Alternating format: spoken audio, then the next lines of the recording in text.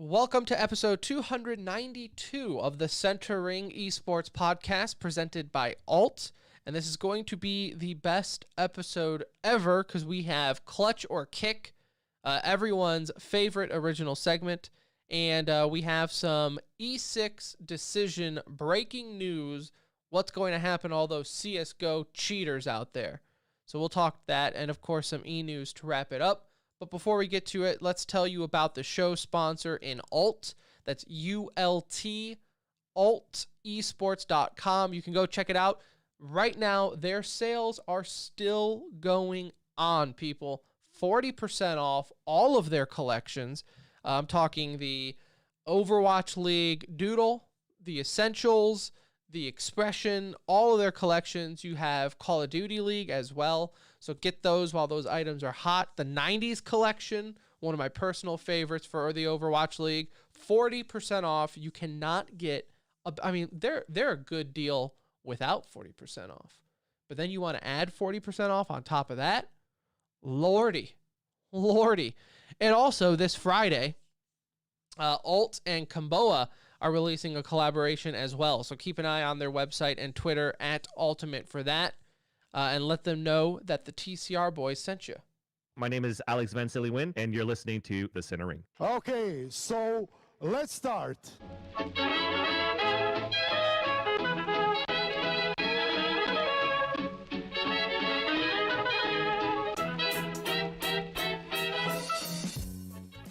Hello, everybody. Hello and welcome. Welcome back to another edition of The Center Ring, aka TCR, aka your favorite esports podcast. Hello. Episode 292 coming to you live and or pre-recorded from an undisclosed location. The date is December 2nd, 2020. The time 9:09 p.m. Happy December, everyone. Go ahead and follow us on Twitter at The Center Ring and our website, tcr.gg. Soon to have more blog posts, but also if you need to contact us, there's a nice little contact section at the bottom and things like that. So that's all for your enjoyment. tcr.gg. You can also join our Discord as well. My name is Tim. I will be your captain for this journey into esports, and alongside me, as always, is my best friend, my brown friend, my friend in clear HD, nice little camera blur in the background. It's Anuj. What's up? I feel like I've grown up today. You know, like it just looking at it is making me happy. Like I want to turn our stream on and just watch myself a little bit, you know? You look like a streamer. Don't I, with the lighting and all that? Like this has to bump. Our social media is probably going to explode a little bit. Like I want you to get ready, maybe put your phone on silent tonight. You look like a real streamer. It's going to be a little bit of a game changer. Like if we didn't make fun of Twitch rivals all the time on this show, we might be invited to one. There's a chance. We might. If there's a chance. As long as Twitch doesn't listen and or they have a good sense of humor, that's also important. We might be invited to a Twitch rivals because you even have the signature blue and purple lights in the background. I'm doing it for Twitch. Yep. I'll do it for YouTube too. I'll make it red and white tomorrow if you want me to. Very good looking. Very good looking. In, I will say 2 weeks time, I will have a nicer looking. As if you were watching on stream, I gave a little tour of my room. It's a mess. It's a mess. Like 3 weeks ago, I said I was going to redo it. Somehow, setting a day aside to actually clean and organized, it got worse. Well, I'm excited for you. It's going to be fun. I mean, even after getting all this set up, I'm like, okay, I kind of feel a little done now. You know, like come I've on needed over. the camera for a long time, and it's like, come on over. You can start on my room. I think, you know, the work is never truly done. It's too much stuff. Too much stuff. The part of the issue is, well, we've discussed it before. My office is a true office in the sense of it doesn't have a closet. So there's that. I don't have a closet. And as a man who I would consider myself a collector of things, I like to collect things. It makes it difficult. I have we actually, you teased it, or you talked about it before we started the show, but it might not be a bad idea. Is like a TCR garage sale. We're just maybe do you want some Funko Pops owned by the host of the #1 esports podcast? It could be yours, right? I have some ESL for a lot of free stuff. You get some free stuff in esports. Some of it's you like to keep for memory's sake, and some of it sits in a closet until you have a second newborn, and then they take over the house. So maybe we'll do a garage sale here sooner rather than later, hopefully, because this stuff has got to go. It's either a garage sale or to the curb, as I say. One of the two. Somebody's getting it. Yeah. Yeah. No. Very excited. So I will do a bit of a correction from our last show. Even though if you're a longtime listener, it's a fact, a well-known fact, that we don't know how to read a calendar. At all. It's amazing how it seems like every time, and it's not like we're trying to do this off the top of our heads. We have the information in front of us. We're looking at calendars. First Strike, what's weird is we had the day right. So all last episode we were saying, oh yeah, we'll have the first rounds to talk about because it starts on the 3rd. But we damn well know we record on the 2nd. Yeah, that's a problem. Like, this would have been a great episode to talk First Strike, you know? Yeah, because not a whole lot's going on outside of that, unless you wake up at the crack of dawn to watch some Counter-Strike. But even then, I mean, we were blessed with some ESIC news today, you know, for Counter-Strike. we can talk Flashpoint if you want. Mad Lions played. We could. I'm sure you Feel like we just did. did they win? I believe they beat Envy, if I'm not mistaken. That's unfortunate. I believe Mad Lions eliminated Envy from Flashpoint Season 2. Let me see if I'm right. Off the top of my head. No, I lied. No, I was right. Yeah, they eliminated Envy today, 2-0. OG eliminated Dignitas. So outside of that. Should we just run through it? Any other big ones that we should let everyone know about on this esports podcast? Nope. That's it. Flashpoint Season 2. There's your pretty much your big ones. MIBR is still in it. Yep. You know? MIBR is still. They're playing Fnatic. That's a big one because that's the Brazilian Fnatic rivalry. Like, that was, I know it's not the same players on one of the teams for the most part, but that's a MIBR was the one who killed the Fnatic dynasty. Yeah. They handed the torch off to LG. I was there when it happened in Columbus. I was there. I witnessed it. I witnessed Cold's mom freaking out in the crowd. So, yeah, I guess, you know, historical wise, like you said, it's a shell of what it once was, but I guess Brazilian fans will still show up. They're going to show up. MIBR has been playing pretty good. Like, they're going to show up for sure. All right, so let's get into. So that's it. That's Flashpoint Season 2 talk for you. We might be doing a watching party this weekend for it, though. So there you go. All right, let's get into some clutch or kick because we have quite a bit to get to here. Let's start with the first one on the list here, Anuj, if you don't mind. And it takes us to the world of Call of Duty. As the TikTokers, as the kids say. Is that something the kids say, TikTokers? Is that me as a boomer? So, Tim, I enjoy my TikTok, okay? I actually have the app downloaded on my phone. Fun to scroll through. Little stunts and bullshit everywhere, but it never downloaded it. You know what? Next time we're together, I'm just gonna let you scroll on my phone. Guarantee you'll be entertained. Because I don't use Facebook anymore. Very rarely do I get on only thing I use Facebook for is for our show chat because it's convenient to. Oh, that's okay. So but I have Messenger app, so I'm not even going into Facebook. Okay, okay. I didn't know if those were the same thing or not.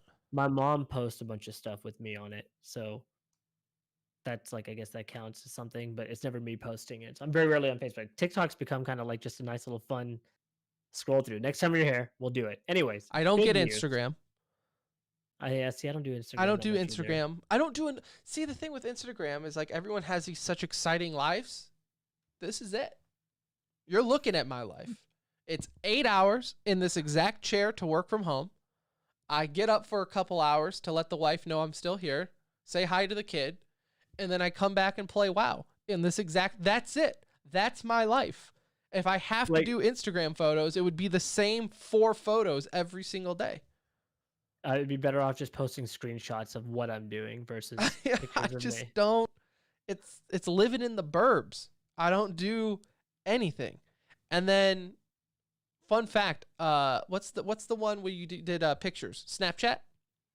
You used to have a Snapchat. I never really did a whole lot with it. I was accidentally sent a nude one time. I retired from Snapchat. I was like, that's awesome. It's never going to get better than that. And then I uninstalled it. Done. I was right like, there. My friend was like, that was not supposed to go to you. And I was like, no shit. But I appreciate it. Thank you. And we're done. We've peaked on Snapchat. So and then TikTok, I'm just too old. TikTok, you just need to turn it on and watch it. You turn it on, just watch, just go through it. Could I become an investor for the Royal Ravens? If you were looking at who are the new owners, absolutely not. But if you gain about 30 plus million followers, then because we probably have about 10 million right now, 15 million, 20 million. Yeah, we're somewhere in that range. Yeah, these are like 50 million plus for these guys. So Clutch or Kick. Okay, I want to just kind of tell you what's going on here. TikTok stars Josh Richards and Griff Johnson. If you don't know who they are, that's fine. That's not a big deal. Just know that they're really big on TikTok. Josh Richards has been on El Presidente's show a lot recently on Barstool. Like he has been all over his shows with him and been quite involved recently. they have a show together. Yeah, they have a show together, and so him and Griff Johnson have become investors into the London Royal Ravens. And recently, we talked about it a few weeks ago, Vicstar also bought into the London Royal Ravens. If you don't know who Vicstar is, again, he's a gaming YouTuber, makes a lot of great content, a lot of Call of Duty stuff, but been doing it for a long time. Culture kicked the idea, Tim, of a team. We don't know their ownership percentage. Okay, so I don't know if it's 5%, 50%. Like I don't know how much The they headline worded it co-owner, which I don't know. Like that makes it seem like it's a lot, but I guess technically, if you own 1%, you could tell yourself you're a co-owner. Yeah, like it could be any percentage, right? Let's assume that between the 3 of them, though, they probably have a decent chunk. I don't see them buying in for 1%. That's not the kind of thing that rich people like. You're not buying in for like 1% in this case. So Clutcher kicked the idea of a bunch of like young, rich, very successful social media moguls kind of owning and running a team. Again, let's just play it from that angle. Right. I mean, I will say Clutch because this world operates, especially like with esports, right? It operates on eyeballs. It doesn't matter like their business decision making wise. Other people will do that shit, right? The suits in ownership, the old guy, their accountants, they'll make those type of decisions. This is all about getting eyeballs on Rogue and the London Royal Ravens, right? This is all about selling the merch, selling the t-shirt, getting people to watch their matches, bumping up their viewership when they're playing, making it look good for sponsorship. And when you add in 2 of the biggest TikTokers, and Vicstar, which Anuj has informed me is very popular too, I think it's a win, right? Because they don't have to be super business people to run an org. They're not the ones, look, they could own 25, 50%. It doesn't matter. They're not like the GMs. They're not the ones creating the roster. Someone else is doing that. Their only job is to sell eyeballs at this point, and they've already proven that they can do that. Yeah, no, this for me is a huge clutch. And to Tavik's point in chat, Tavik, first of all, good to hear from you. It's been a long time. He says, "Isn't that just 100 Thieves?" It's 100% 100 Thieves, and that's It's my more point. phase than it is 100 Thieves, even, right? Yeah, Like at least with 100 Thieves, Nade Shot is a a pro, former champion. Like pro. he's yeah, former like champion. He's that's how he got famous. He didn't get famous from making like trick shot videos and just being fun on social media, right? So like it's a little different for me with 100 Thieves. They've signed a bunch of content creators, but they work for 100 Thieves. They don't own 100 Thieves, right? There's different people that own that. That's like Drake, Scooter Braun, Nade Shot. Like these are the people that own 100 Thieves. Little different there. This is very much like FaZe Clan to me. This is a bunch of social media stars who are going to now promote their stuff all over their social media channels. So all over, they'll be wearing Rogue shirts, London, Royal Raven shirts, and just getting it out there, like you said. And so that's a huge clutch because look, they're famous for a reason, right? They know how to appeal to the masses. Sponsors pay them thousands and thousands of dollars to wear their merchandise already on their channels and promote their stuff and do little mini commercials for 15 seconds. They're making millions of dollars a year already, right? And so it is different than what we're accustomed to seeing, but I think it's a like in the sense most of these big orgs are run by the suits. This will be too, but their approach is like a phase clan approach, and Right. and I like that. I think that's smart. Yeah, you gotta be cool with the kids. You gotta be hip. You gotta be happening. Next clutch or kick here. PUBG Corporation has merged with its parent company Krafton and will operate under a new name, PUBG Studio. Their focus will be expanding into franchising and esports. Any chance, Anuj? Any chance that we actually see a resurgence of PUBG?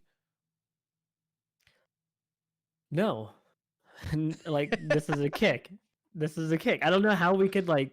Why do we keep coming back to this? Why is this still talked about in 2020? I mean, it's 2021 pretty much. Let's just call it 2021. We're all ready to move on and get this year over with. The game, unless it's a new game, I love the concept of PUBG. Like, I'm a battle royale fan. I don't love all battle royales, but I enjoy the genre. I play it a decent amount when a new one is out. It's dated. The the just everything feels clunky. This is Like I don't what even. I, It's just not. It doesn't feel like a great no. game. And for And people who are thinking like, well, Shroud and Summit goes back and plays it and they enjoy it. No, like I would enjoy a game too if I had 20,000 people watching me donating money to play it. Like I would enjoy PUBG for 8 hours of once in a blue moon as well. or again, it doesn't have to be the people watching you. I guess if you're like god like Shroud in video games, that would also make most shooter games fun, right? Like he's naturally good at those types of Right. games. So I bet that'd be fun if you're anybody, if you're really, really good at them. But take out that 1%, right? Take out the pro league. We're talking about the common fan, and I just don't think there's like enough interest in PUBG to be like, we're starting this now. This would have been a cool approach if you were one of the first people to jump into franchising before this would have been then before Overwatch League Right. and all that really blew up. Like, yeah, this might have been a cool idea then, but I think to say you're doing it now, I would find it very hard pressed to think they are going to do anything more than they're currently doing. Now, I will say this, it's a caveat to this. And the way the news was written was focused into franchising and esports. I don't know if that necessarily means focusing on the franchise that is PUBG or franchising its esports league. So I'll say that. But either way, I think our points still stand that it makes no sense to dump a bunch of money into expanding the PUBG franchise at this point.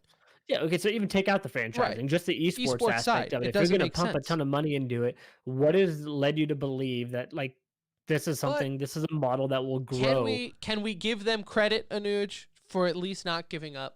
Because we've seen like news from PUBG constantly trickle in of like, oh, they're doing $1 million tournament. Oh, they're doing this. They're expanding that. They do believe. They were making billions, like I mean, they made a ton of money. These guys made a ton of money early on, and so they have the ability to pump money into this. I just hope it's going into the right things, right? Not Yeah. like marketing and Do you know promoting your game. It needs to be the core of the game, or hopefully there is a PUBG 2, and that would be really exciting. Like something like news like that would be really exciting. I don't know if that's ever going to be the case or if that's the plan, but this is what I think that's what PUBG brings is? excitement. PUBG is the cuck in the battle royale world. They are the guy who is working hard. They worked hard to create this business of battle royales. Now they're coming home and seeing their loved ones having sex with all these other BRs, and they're convincing themselves that it's okay. It's okay because they'll come back to me. It's okay. It's okay. They are the cuck of BRs.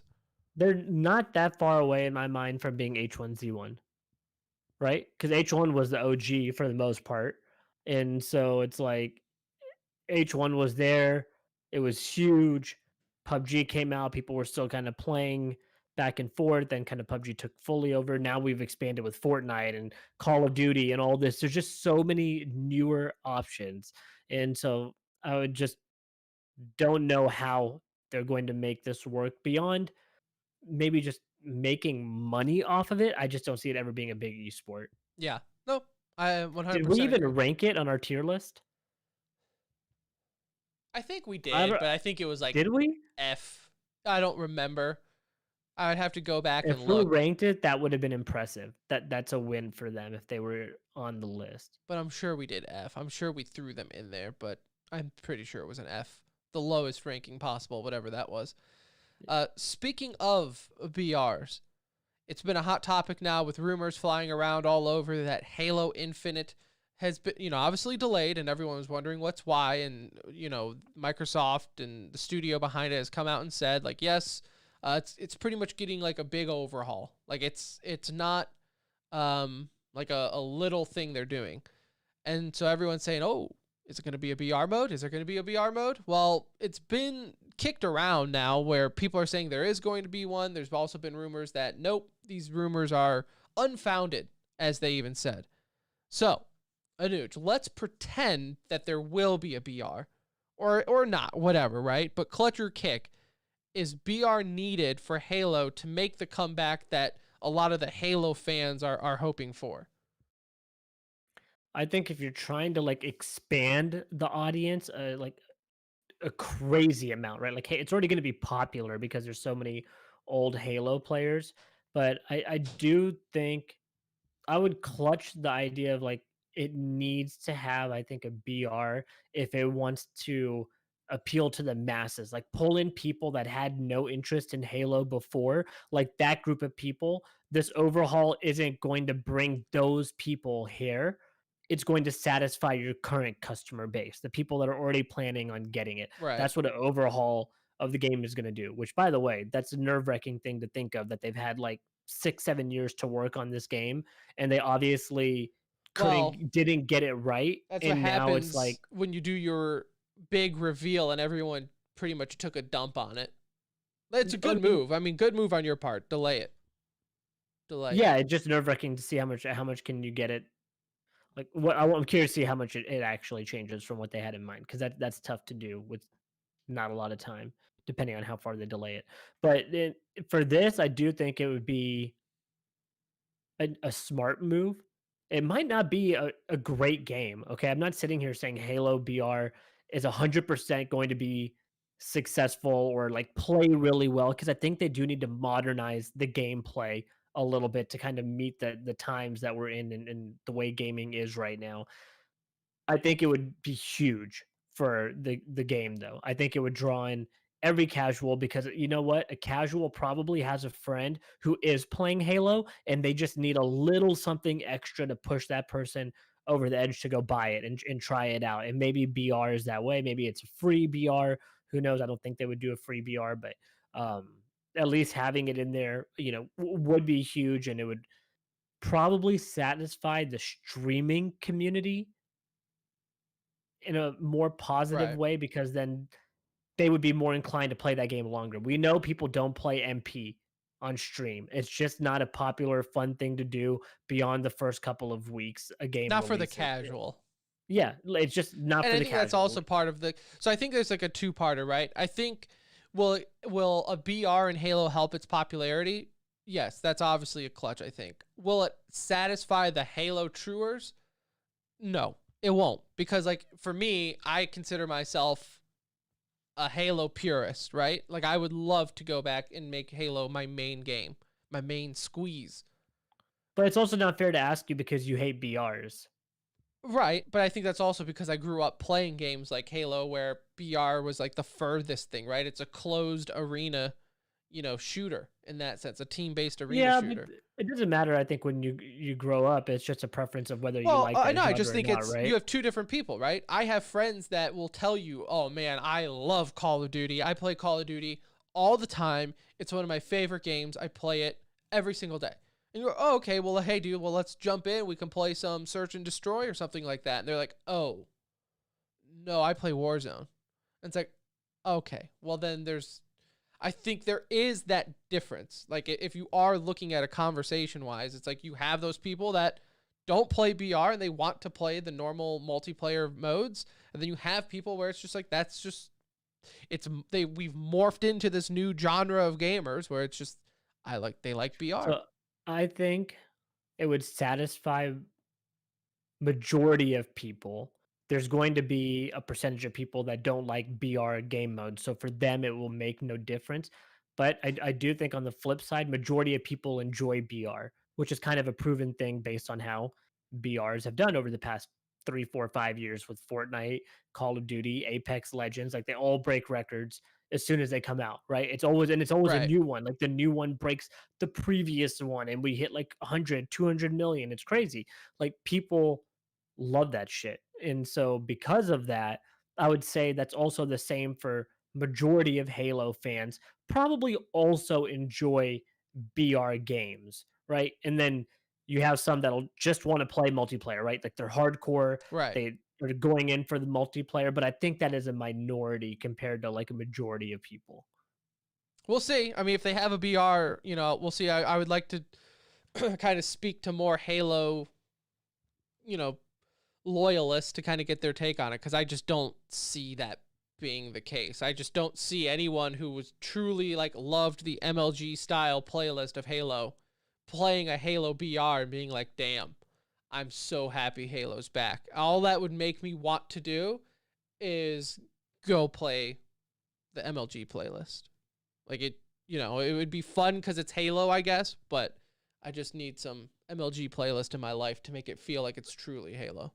The sad part is we won't know unless they release a BR, right? If they don't Right. release one, Right. and the game is what it is, and it, is going to be popular off the bat anyway. I'm curious. We're talking Right. about a year from release or something like that. The only way we'll know is if they actually release one and this explodes in popularity. I would Right. say a lot of that is due to a BR being The there. nice thing about BR is it does allow a larger casual audience to play your game. I will say that. Like point in Which case is with COD. naturally going to filter people into multiplayer, Right. right? Well, Not all of them. it's gonna keep people in let's the say game. even 90% of BR players don't play multiplayer. Even Right. if it's 10% of those people coming, it's still an increase in your multiplayer pool. Can I hit we need an emergency yikes of the week sounder. Can I hit an emergency yikes of the week? Woo woo woo woo woo. Do we have a sounder for it? We should. We should. I don't know. I don't Alarm have buzzer or one. anything? We'll put that on the list of things that we need done. Emergency yikes of the week sounder. Ooh, maybe we can even get someone to make a graphic to make it look like it's from Among Us, where it's emergency meeting, but it's emergency yikes of the week. Oh, that'd be nice. Put We should be able to do that. I should. Yeah, okay. I should be able to do that in like 2 years when I learn how to make graphics. Sure. If any of our listeners know how to do that, emergency yikes of the week, but like the Among Us emergency meeting thing, that would be awesome. Yikes of the week. Since we're talking about BRs, did you see, this might have been a week ago, maybe 2 weeks ago, Nick Merckx' comment on Call of Duty and the Nuketown release? No. The dumbest thing, I want to slap that man in the face, Anuj. I want to go to his $1 billion mansion, go down It's a nice house. go into his third basement streamer dungeon and slap Looks him in the legit. face. Have you seen it? It's awesome. It's awesome. Truly, I sit here in my little office. Not even it's a nice office, just with shit on the floor. And this man has like an entire house just dedicated to his streaming setup. It's amazing. Amazing. But that doesn't defeat the purpose that I want to slap him in the face, because he made the dumbest comment I've ever heard in my life. He mentioned when Call of Duty released Nuketown, he was saying that, I wish I could pull the audio, saying that he just doesn't care. He's like, I don't care that they're doing this. You know, this is why they need to stop releasing things for MP and care about Warzone. They don't care about Warzone. They only care about multiplayer. They never do anything for Warzone. Now, this might be the sweetest example of the grass is always greener on the other side that I've ever seen in my life. But how can you say that with a straight face? You're saying you think all the support is for Warzone in the game and not for multiplayer. I think the majority of it is, well, he's saying they don't care about Warzone. Like, that is like where they've literally made billions of dollars from. So this is where Infinity Ward. Well, what's the clutch or kick? Oh, no, it's just an emergency yikes. Oh, just an emergency yikes. Okay, yeah. I wanted to say I will slap him in the face. Okay, so kind of a take on this. Infinity Ward has done a terrible job of managing both multiplayer and Warzone, unfortunately. I do think they give attention to both. They just don't know how to separate the two. So the problem is they implement these guns into multiplayer thinking like, oh, this will be cool for multiplayer. Maybe they think of it from a 6v6 or a 12v12, depending on the map, and say, oh, yeah, this gun will work in here, right? And then that gun can now be used in the same way in Warzone, or vice versa. If they tune something for Warzone, then it changes how it plays in multiplayer.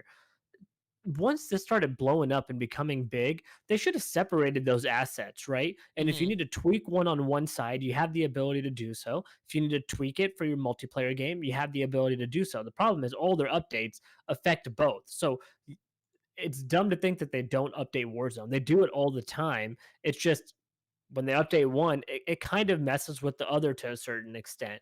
And so they do come back around and then they do like individually tweak it, but it just doesn't seem like something they think about ahead of time. So they've just done a bad job of managing both sides of it. So I see where his frustration is, but let me see if I can't play this. They do care about Warzone. It is their like bread and butter. They just don't know how to do it. They've done a very bad job of taking care of it. So here, I actually have the audio right here. Let's see if this works. Let me know.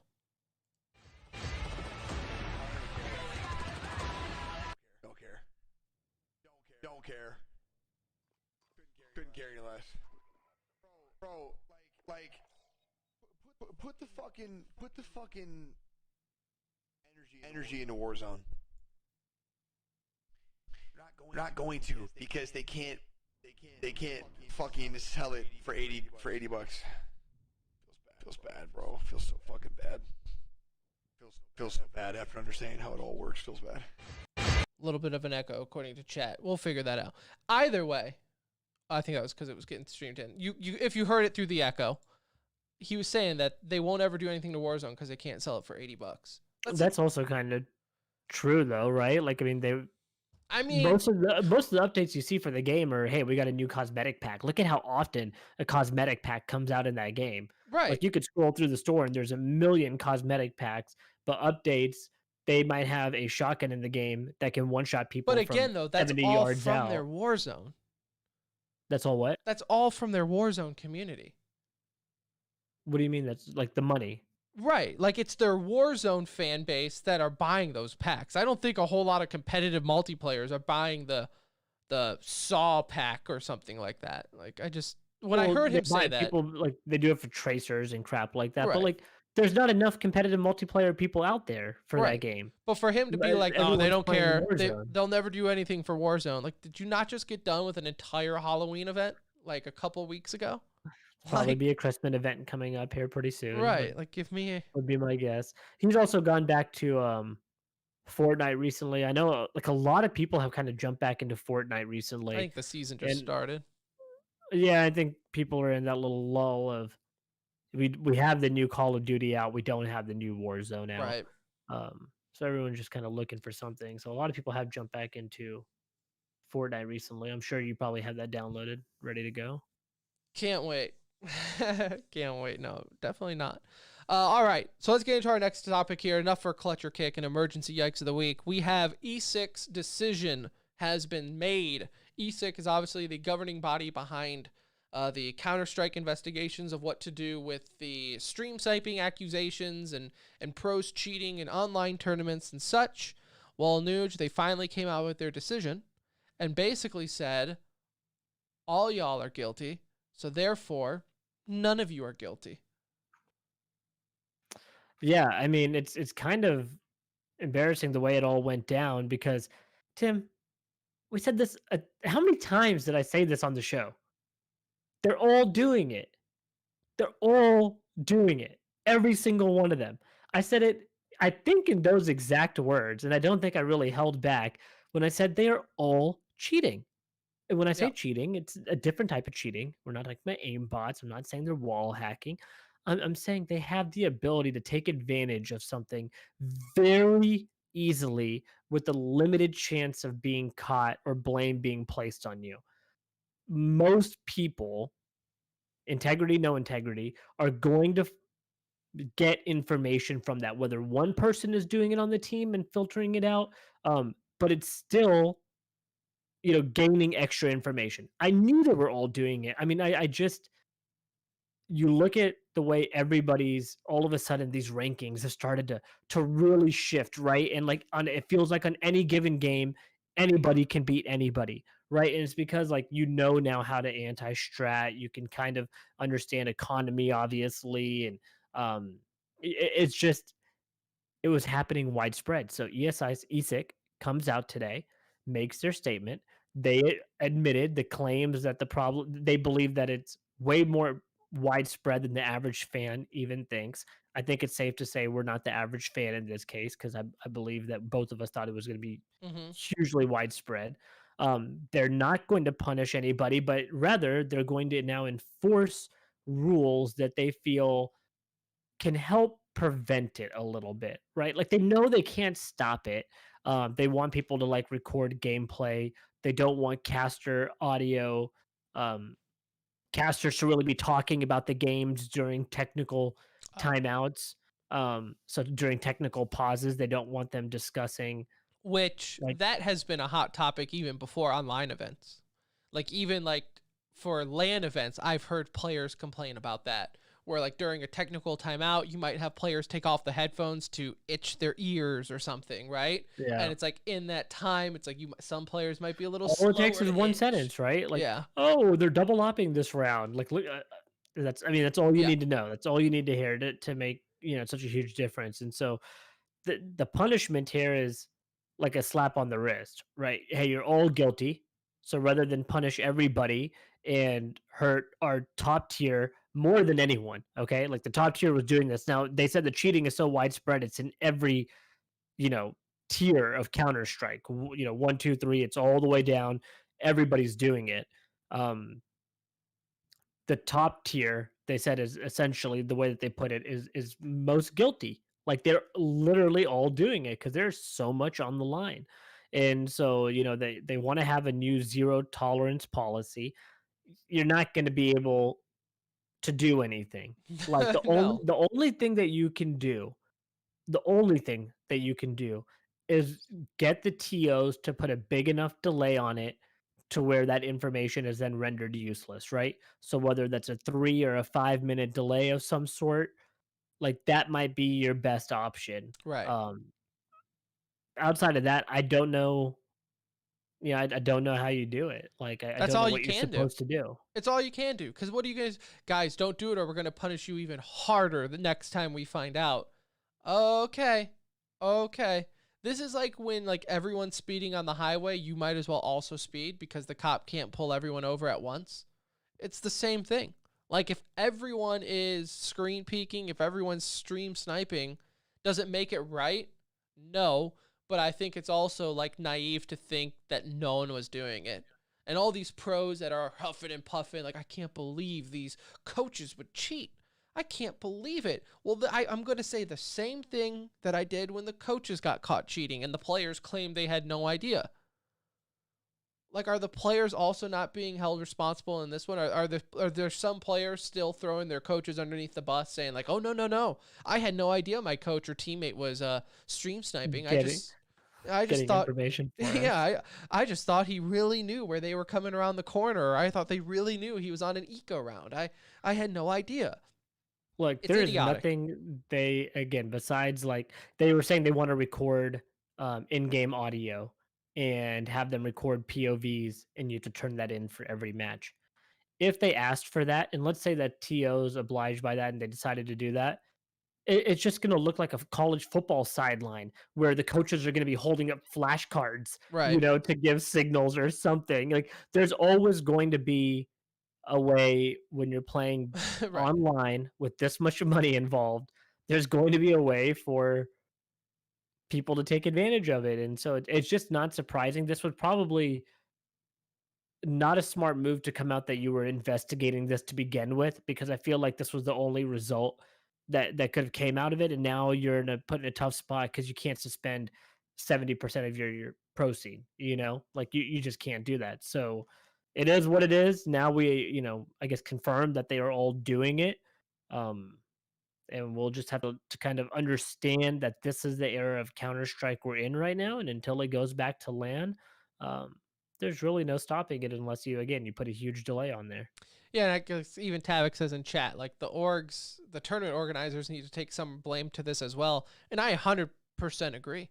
You're hosting an online tournament that's still worth hundreds of thousands of dollars, and you're running like a 30-second, 1 minute delay on it. Like, are you joking? Like, that's insane. That's insane. Like, you are so proudful to not call out your own community, your counter. Like, no, like, and we see it all the time, right? Even commentators, even talking heads in Counter-Strike, or and now we're blasting Counter-Strike because it happens in Valorant. It happens in any online tournament, Call of Duty, everything. It happens in all of them. If it's online, someone is stream sniping. Guarantee it. And for them to not put a delay on it and just saying, no. The Counter-Strike community does not cheat. We hold ourselves to a higher standard. You think our tier 1 teams would cheat? Maybe our Mountain Dew League teams, sure, but not our tier 1. And then the coaching bug happens. And everyone's like, well, no, that's the coaches. I mean, we all know coaches, right? They are all cheaters. They'll do anything to win, but it's not the players. Oh, no, it can't be the players. And now we have this where it's like they're not even naming names, which tells you it's big names. This is big names and big teams were involved. If they're not even going to tell you who's involved, that means it's big enough to where they are going to just brush us under the rug and no one will ever know, and we'll all just act like it doesn't happen anymore. Yeah, I mean, that's basically where we're at with it. Not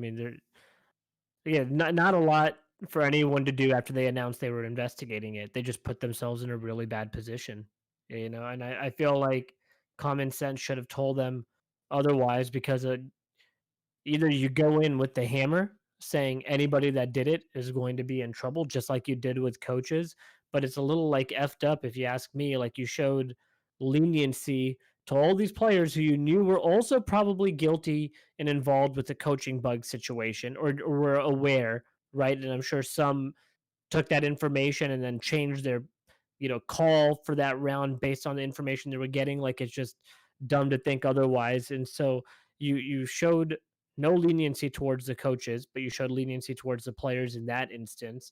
And then now again, this is going to fall on the heads of the players for the most part, and you don't take any action. Again, I don't know what the action could have been, Tim. I really don't. Like, there probably is nothing. So they got Right. put in this spot, but they shouldn't have investigated it to begin with, because now you just, hey, it's here, it's Yeah. happening. Look, the Can't really solution do to the anything problem about is it. there. It's a stream delay. That's it. The solution to the problem is there. It's stream delay. We saw it happen in the Call of Duty League. They put like that hour or two long delay. Remember in the playoffs during the New York Yeah. New York Dallas? Was it the New York Dallas match where all of a sudden people realized, like, wait a minute, the score's updating on the website, but it's just about to start, and then they realized it, right? Yeah, like that's one thing you have to be aware of. Is Right. probably don't have your scores update. So But it's funny to me because ESIC's partnered with DreamHack already at ESL. They're partnered with Blast Pro Series. They're partnered with the Electronic Sports League. Like they're partnered with a lot of the big players in in the TO world. bro, it's So because why haven't if they're working hand in hand, why isn't this like a done like this should have been announced that these changes should have been announced in this statement today, because you none know? of these guys want to admit that they're part of the problem. Like none of them want to admit that maybe they're somewhat accountable for it as well, right? It's all on the players. It's all on the coaches. Can't be Valve's issue. Can't be the tournament organizers' issues. It's all about the coaching. It's all about the players doing it. And what do you want us to do?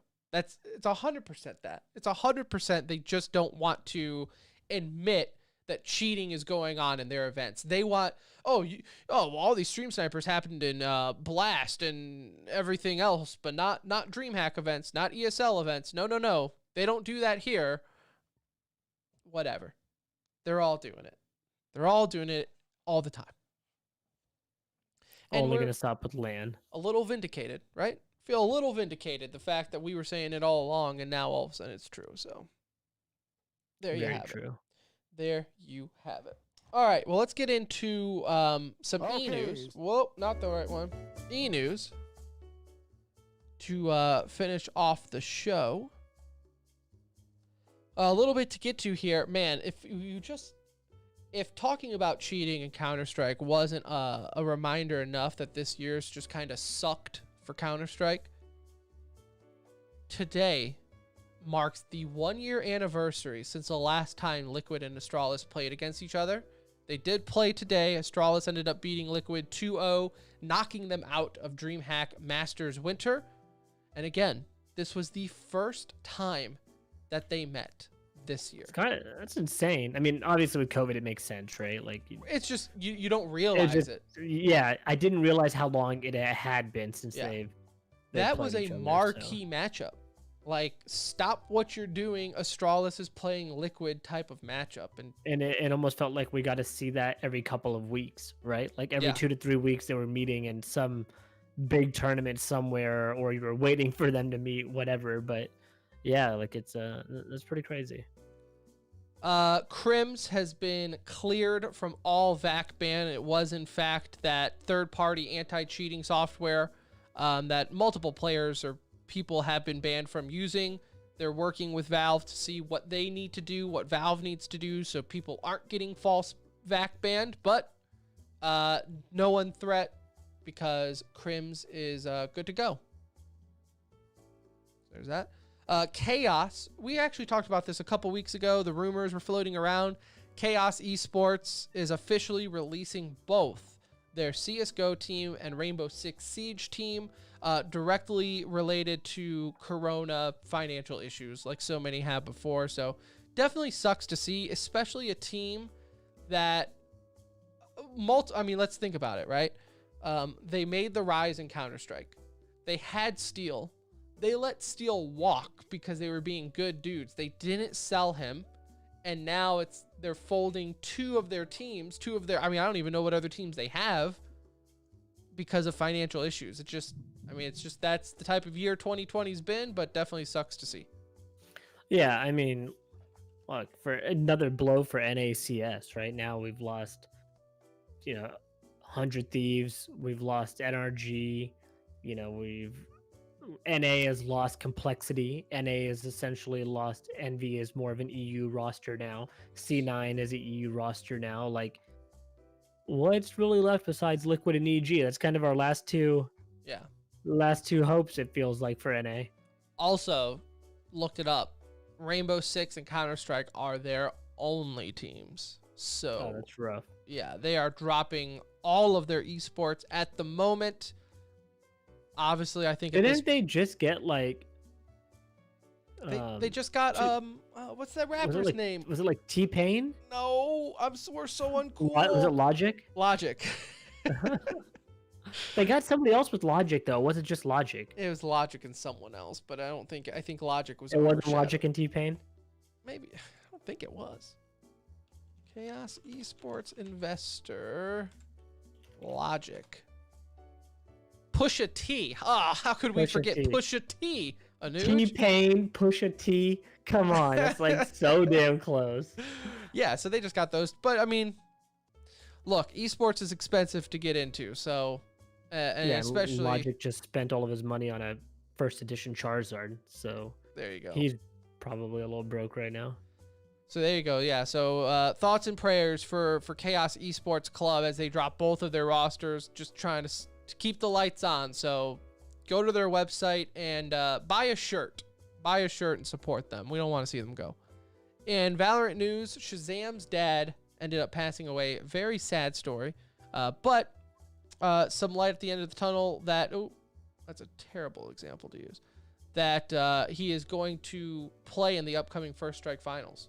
So yeah, that sucks. I mean, like, it's just, what do you say to somebody that loses a parent, right? That's a decision they have to make if they want to play or not. The org is going to support him 100%, whichever way he wanted to do it. If it gives him any comfort in playing with his boys that weekend, like, you know, good for him. If he has the strength to be able to do it, good for him. And you know, we keep his family in our thoughts and prayers. That sucks. You just hate to see that for anybody. Yeah, we've met Shazam before, very briefly, but we have met them when he was with Complexity, and he's a good dude, and just shitty situation to be in. So I'm glad to see though that, you know, he feels like he can play and kind of push through that. In other news here for Valorant, we have Temu is officially a free agent looking for a European team. Of course, Temu's former Dallas Fuel DPS player. He's officially no longer under contract with Envy. Speaking of First Strike is right around the corner, starting here in the morning for EU side. They will be able to use Killjoy. Riot has announced that they will allow her to be played in pro matches. Obviously, trusting the pros aren't going to use any bugs to put her turret and stuff under, or her. I thought they patched her though. Did they already patch her? I think the patch came through. They patched that, and they did some patch with like the stage wall. Quick turnaround. Pre-round. So they did make those updates, I think, in game now for everyone too.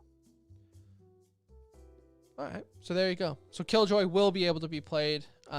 This, because that would, I mean, good on Riot for fixing it so fast, because their initial ruling was pretty dumb to completely take her out of pro play even like a day before.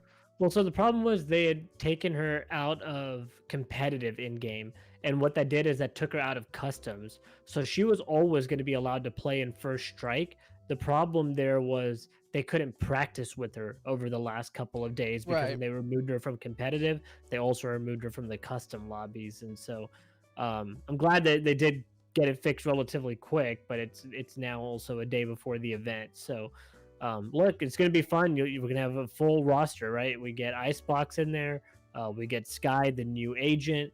And then we get all the big boy teams starting tomorrow morning at 9:30. And that's basically going to run, you know, through the whole day, if I'm not mistaken, between NA and EU. So yeah, a lot of Valorant on the table. The next couple of days is going to be a lot of Valorant. So should be some good matches. Signed a, you know, Valorant's an official esport now, if it wasn't already, as we are having tournament organizers backing out of pay and slow pay, as the Pulse series apparently, as Dust tweeted out, owes some people some money and not paying them. So congratulations, Valorant, you're officially an esport, as your TOs aren't paying their people. Very esports. Welcome to the club. Oh, and another quick thing for First Strike. Congratulations. Friend of the show, Vansili, made the cut. He is officially part of the talent announcement. So congratulations, sir, to you. We look forward to hearing you call maybe even the finals. So congratulations. League of Legends news. This almost is like an early April Fool's, if I didn't know any better. And the wording on this is so important. Wuhan, the city in China, also known for being where Corona started, announces that they are planning to hold the League of Legends World Championship for next year. Maybe first to get it, first out. So like, there's no first in, first out type situation here. They were the first to get the virus, but they got rid of it the quickest. So maybe it'll be safe there next year. That seems like it's a stretch. Like, China's pretty big. I wish Right, I was like- as confident as Wuhan is. I've never been to China, but I have seen a map, and it seems like there's a couple other options in that country for them to use. Like, I mean, you think Riot got that email and was like, "Come on, guys! Like, literally, any other city, please, any like, other can we- city." like Hong Kong or something. Like, they just did it there too, Beijing. in a different, like in Shanghai, right? Isn't that where the Yeah. Worlds was this year? Yeah. Like, why don't we just do that again? Like, Well, that was pretty good. That worked out nicely. worked out fine. No one got COVID. We all came home. Look, I don't know, because like I said, the wording is Wuhan announces that they plan to hold it. Well, shit, Anuj. I'm going to announce that TCR is planning on hosting it. We'll clear out some rooms. I have a double car garage. Okay. We could set up teams there. We could like, make it tie happen. some like birds to the ceiling to go back and forth for animations. Yeah. and Yeah, we can get some cosplay in here. We can get an opening ceremony going. take all these string lights, wrap them around. The Yeah, roof. you got the streamer lights behind you. We can make it work. So, Wuhan, you got competition now, son. TCR is planning on also hosting the Worlds for next year. We might have a better chance than them. I mean, never had COVID in this house, so I think that does us one up, right? In Battle Royale news, Fortnite star ESA, I think is how we decided to say his name, retires from competitive gaming due to carpal tunnel syndrome. So he was a controller player. Actually, kind of sucks. I mean, obviously he's young. He comes back in March to try and play because he was already suffering hand pain. And now he's like, nope, can't do it, retiring, dunzo. That does suck, dude. Can you imagine? Take care of your hands, kids. Take care of your hands. Look, if you are popular enough to be a professional Fortnite player and streamer, sign in with an org, weekly visits to like some hand masseuse chiropractor person. It's well If you're- worth any money. If you're doing the claw and you're not pro, you should probably stop doing that too. Yes, the claws, which I used to play. When I played Halo, I used the claw, and it was hand stretches is what got me through it. So definitely. In FGC news, this is unbelievable. Smash.gg, the very popular tournament hosting site, I guess is what you could call it, has been acquired by none other than Microsoft. So out of left field. Yeah, I mean, pretty awesome for the guys over at Smash, and I think it's a good pickup by Microsoft because obviously, I mean, everybody knows who's Smash is in that sense. Like they've been around for quite some time. Well, it's so just like not- every fighting game and now other Fortnite and things like that, it all goes through Smash.gg. So, Yeah. like I said, I knew Smash was big. I didn't know Smash.gg, just so we don't get confused. I didn't know it was like Microsoft wanting to spend money on it big. Yeah, Like, that's Yeah. pretty cool. and now it'd be cool to see what they do with it, right? Right. Yeah. Yeah. I mean, is it just you just bought them to say you own them, or are you going to do something with it? Maybe some tournament integrations on the Xbox or Microsoft app on the PC. That would Yep. be pretty slick if you got that working.